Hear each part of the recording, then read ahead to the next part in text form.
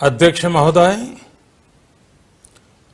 संयुक्त राष्ट्र की 75वीं वर्षगांठ पर मैं भारत के 130 करोड़ से ज्यादा लोगों की तरफ से प्रत्येक सदस्य देश को बहुत बहुत बधाई देता हूं। भारत को इस बात का बहुत गर्व है कि वो संयुक्त राष्ट्र के संस्थापक देशों में से एक है। आज के इस ऐतिहासिक अवसर पर मैं आप सभी के सामने भारत के 130 करोड़ लोगों की भावनाएं इस वैश्विक मंच पर साझा करने आया हूं। अध्यक्ष महोदय, 1945 की दुनिया निश्चित तौर पर आज से बहुत अलग थी। पूरा वैश्विक माहौल, साधन, संसाधन, समस्याएं, समाधान सब कुछ भिन्न थे। ऐसे में विश्व कल्याण की भावना के साथ जिस संस्था का गठन हुआ, जिस स्वरूप में गठन हुआ, वो भी उस समय के हिसाब से ही था। आज हम एक बिल्कुल अलग दौर में हैं। 21वीं सदी में हमारे वर्तमान की, हमारे भविष्य की आवश्यकताएं और चुनौतियां अब कुछ और है। इसलिए आज पूरे विश्व समुदाय के सामने एक बहुत बड़ा सवाल है कि जिस संस्था का गठन तब की परिस्थितियों में हुआ था, उसका स्वरूप क्या आज भी प्रासंगिक है? सदी बदल जाए और हम न बदलें तो बदलाव लाने की ताकत भी कमजोर हो जाती है। अगर हम बीते 75 वर्षों में संयुक्त राष्ट्र की उपलब्धियों का मूल्यांकन करें तो अनेक उपलब्धियां दिखाई देती हैं, लेकिन इसके साथ ही अनेक ऐसे उदाहरण भी हैं जो संयुक्त राष्ट्र के सामने गंभीर आत्ममंथन की आवश्यकता खड़ी करते हैं। ये बात सही है कि कहने को तो तीसरा विश्व युद्ध नहीं हुआ, लेकिन इस बात को नकार नहीं सकते कि अनेकों युद्ध हुए, अनेकों गृह युद्ध भी हुए। कितने ही आतंकी हमलों ने पूरी दुनिया को थर्रा कर रख दिया। खून की नदियां बहती रही। इन युद्धों में, इन हमलों में जो मारे गए वो हमारी आपकी तरह इंसान ही थे। वो लाखों मासूम बच्चे जिन्हें दुनिया पर छा जाना था, वो दुनिया छोड़कर चले गए। कितने ही लोगों को अपने जीवन भर की पूंजी गंवानी पड़ी, अपने सपनों का घर छोड़ना पड़ा। उस समय और आज भी संयुक्त राष्ट्र के प्रयास क्या पर्याप्त थे? पिछले 8-9 महीने से पूरा विश्व कोरोना वैश्विक महामारी से संघर्ष कर रहा है। इस वैश्विक महामारी से निपटने के प्रयासों में संयुक्त राष्ट्र कहां है? एक प्रभावशाली रिस्पांस कहां है? अध्यक्ष महोदय, संयुक्त राष्ट्र की प्रतिक्रियाओं में बदलाव, व्यवस्थाओं में बदलाव, स्वरूप में बदलाव आज समय की मांग है। संयुक्त राष्ट्र का भारत में जो सम्मान है, भारत के 130 करोड़ से ज्यादा लोगों का इस वैश्विक संस्था पर जो अटूट विश्वास है, वो आपको बहुत कम देशों में मिलेगा। लेकिन ये भी उतनी ही बड़ी सच्चाई है कि भारत के लोग संयुक्त राष्ट्र के रिफॉर्म को लेकर जो प्रोसेस चल रहा है, उसके पूरा होने का बहुत लंबे समय से इंतजार कर रहे हैं। आज भारत के लोग चिंतित हैं कि क्या ये प्रोसेस कभी एक लॉजिकल एंड तक पहुंच पाएगा? आखिर कब तक भारत को संयुक्त राष्ट्र के डिसीजन मेकिंग स्ट्रक्चर से अलग रखा जाएगा? एक ऐसा देश जो दुनिया का सबसे बड़ा लोकतंत्र है, एक ऐसा देश जहां विश्व की 18% से ज्यादा जनसंख्या रहती है, एक ऐसा देश जहां सैकड़ों भाषाएं हैं, सैकड़ों बोलियां हैं, अनेकों पंथ हैं, अनेकों विचारधारा हैं, जिस देश ने सैकड़ों वर्षों तक वैश्विक अर्थव्यवस्था का नेतृत्व करने और सैकड़ों वर्षों की गुलामी दोनों को जिया है। अध्यक्ष महोदय, जब हम मजबूत थे तो दुनिया को कभी सताया नहीं। जब हम मजबूर थे तो दुनिया पर कभी बोझ नहीं बने। अध्यक्ष महोदय, जिस देश में हो रहे परिवर्तनों का प्रभाव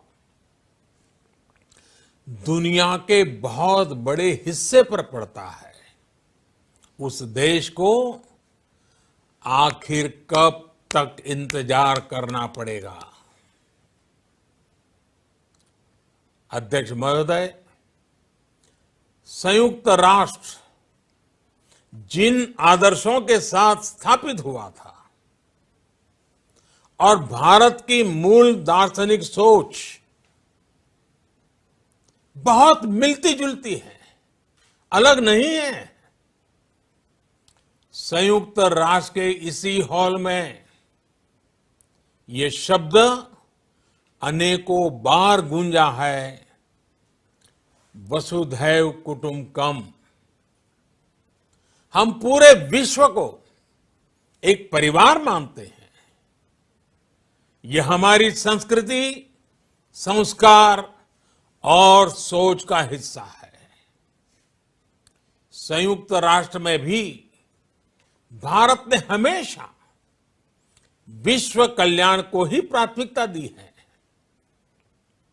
भारत वो देश है जिसने शांति की स्थापना के लिए लगभग 50 पीस कीपिंग मिशंस में अपने जांबाज सैनिक भेजे। भारत वो देश है जिसने शांति की स्थापना में सबसे ज्यादा अपने वीर सैनिकों को खोया है। आज प्रत्येक भारतवासी संयुक्त राष्ट्र में अपने योगदान को देखते हुए संयुक्त राष्ट्र में अपनी व्यापक भूमिका भी देख रहा है। अध्यक्ष महोदय, 2 अक्टूबर को international day of non violence और 21 जून को इंटरनेशनल डे ऑफ योगा, इनकी पहल भारत ने ही की थी। Coalition for disaster resilience infrastructure और इंटरनेशनल सोलर अलायंस, ये भारत के ही प्रयास है। भारत ने हमेशा पूरी मानव जाति के हित के बारे में सोचा है, न कि अपने निहित स्वार्थों के बारे में। भारत की नीतियां हमेशा से इसी दर्शन से प्रेरित रही है। भारत की नेबरहुड फर्स्ट पॉलिसी से लेकर एक्ट ईस्ट पॉलिसी तक, security and growth for all in the region, इसकी सोच, या फिर इंडो पैसिफिक क्षेत्र के प्रति हमारे विचार, सभी में इस दर्शन की झलक दिखाई देती है। भारत की पार्टनरशिप का मार्गदर्शन भी यही सिद्धांत तय करता है। भारत जब किसी से दोस्ती का हाथ बढ़ाता है तो वो किसी तीसरे के खिलाफ नहीं होती। भारत जब विकास की साझेदारी मजबूत करता है तो उसके पीछे किसी साथी देश को मजबूर करने की सोच नहीं होती।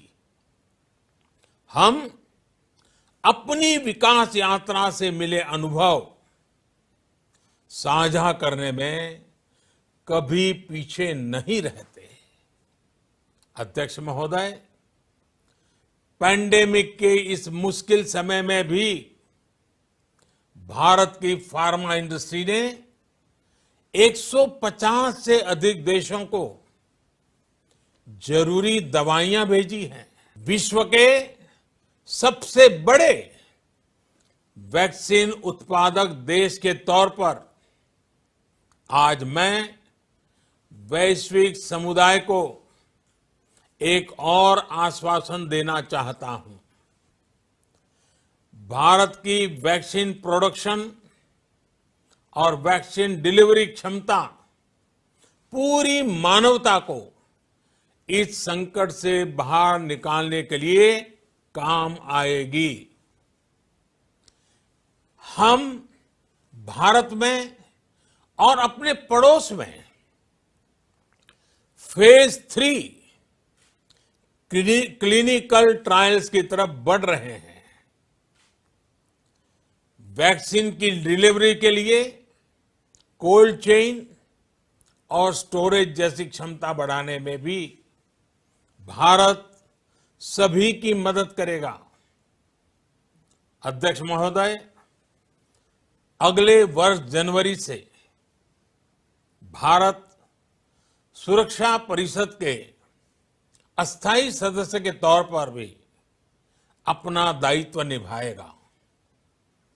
दुनिया के अनेक देशों ने भारत पर जो विश्वास जताया है, मैं उसके लिए सभी साथी देशों का आभार प्रकट करता हूं।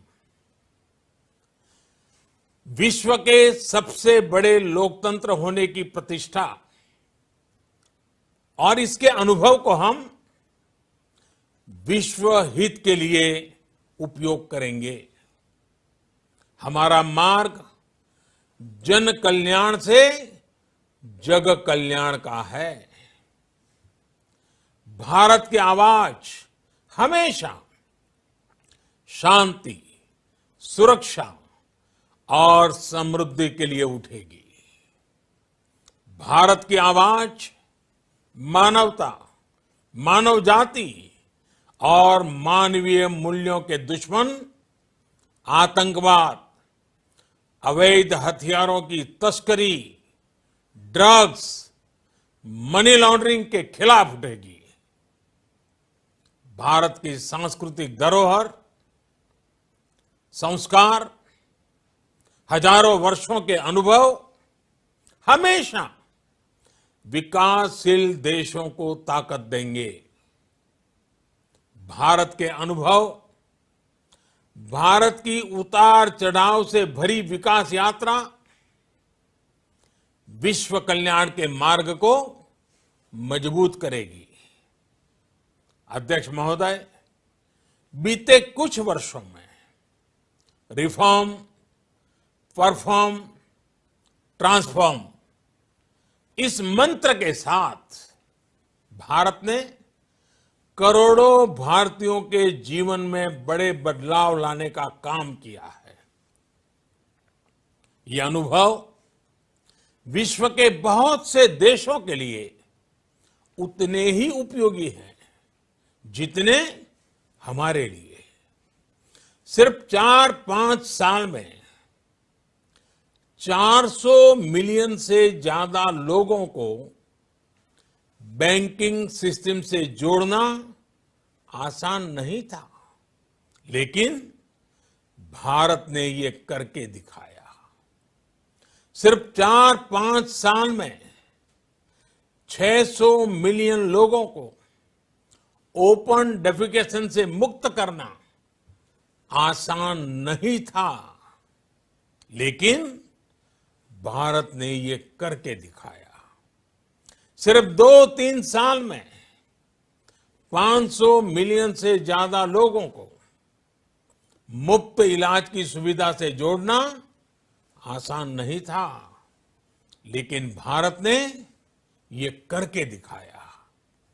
आज भारत डिजिटल ट्रांजैक्शन के मामले में दुनिया के अग्रणी देशों में है। आज भारत अपने करोड़ों नागरिकों को डिजिटल एक्सेस देकर एम्पावरमेंट और ट्रांसपेरेंसी सुनिश्चित कर रहा है।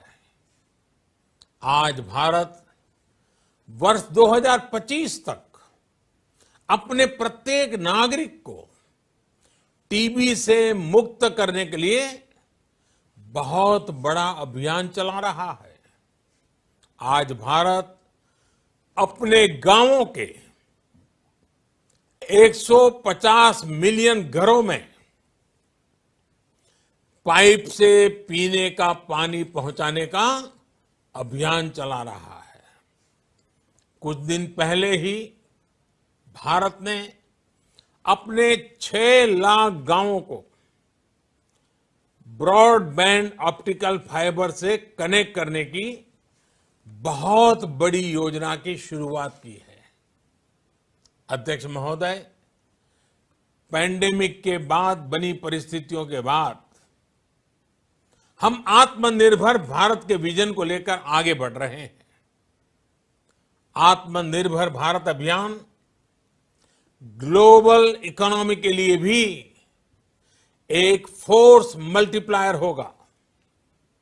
भारत में आज ये सुनिश्चित किया जा रहा है कि सभी योजनाओं का लाभ बिना किसी भेदभाव प्रत्येक नागरिक तक पहुंचे। विमेन एंटरप्राइज और लीडरशिप को प्रमोट करने के लिए भारत में बड़े स्तर पर प्रयास चल रहे हैं। आज दुनिया की सबसे बड़ी माइक्रो फाइनेंसिंग स्कीम्स का सबसे ज्यादा लाभ भारत की महिलाएं ही उठा रही हैं। भारत दुनिया के उन देशों में से एक है जहां महिलाओं को 26 वीक्स की पेड मैटरनिटी लीव दी जा रही है। भारत में ट्रांसजेंडर्स के अधिकारों को सुरक्षा देने के लिए भी कानूनी सुधार दिए गए हैं। अध्यक्ष महोदय, भारत विश्व से सीखते हुए, विश्व को अपने अनुभव बांटते हुए आगे बढ़ना चाहता है। मुझे विश्वास है कि अपने 75वें वर्ष में संयुक्त राष्ट्र और सदस्य सभी देश इस महान संस्था की प्रासंगिकता बनाए रखने के लिए और प्रतिबद्ध होकर काम करेंगे। संयुक्त राष्ट्र में संतुलन और संयुक्त राष्ट्र का सशक्तिकरण विश्व कल्याण के लिए उतना ही अनिवार्य है। आइए संयुक्त राष्ट्र के 75वें वर्ष पर हम सब मिलकर अपने आप को विश्व कल्याण के लिए एक बार फिर समर्पित करने का प्रण लें। धन्यवाद।